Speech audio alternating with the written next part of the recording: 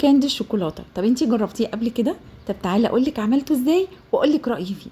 اول حاجه نسمي الله، وهاتي بوله انزلي فيها بمعلقتين كبار من الجيلاتين الحلال، وانزلي عليهم باربع معالق من الميه وقلبيهم واركنيهم على جنب.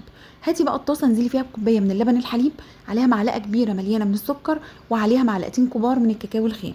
بقلبه كده وارفعه على النار لغايه لما يسخن معايا حلو قوي ويدوب معايا كويس.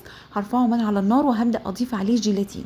اول ما اضيف الجيلاتين بقلبه بيدوب معايا تماما بالشكل اللي انتوا شايفينه ده. تمام.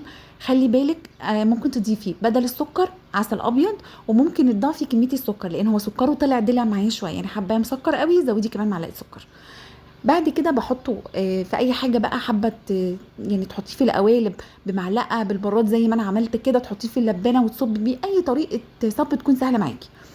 بعد كده بدخله التلاجة يتماسك بيقعد حوالي ساعتين.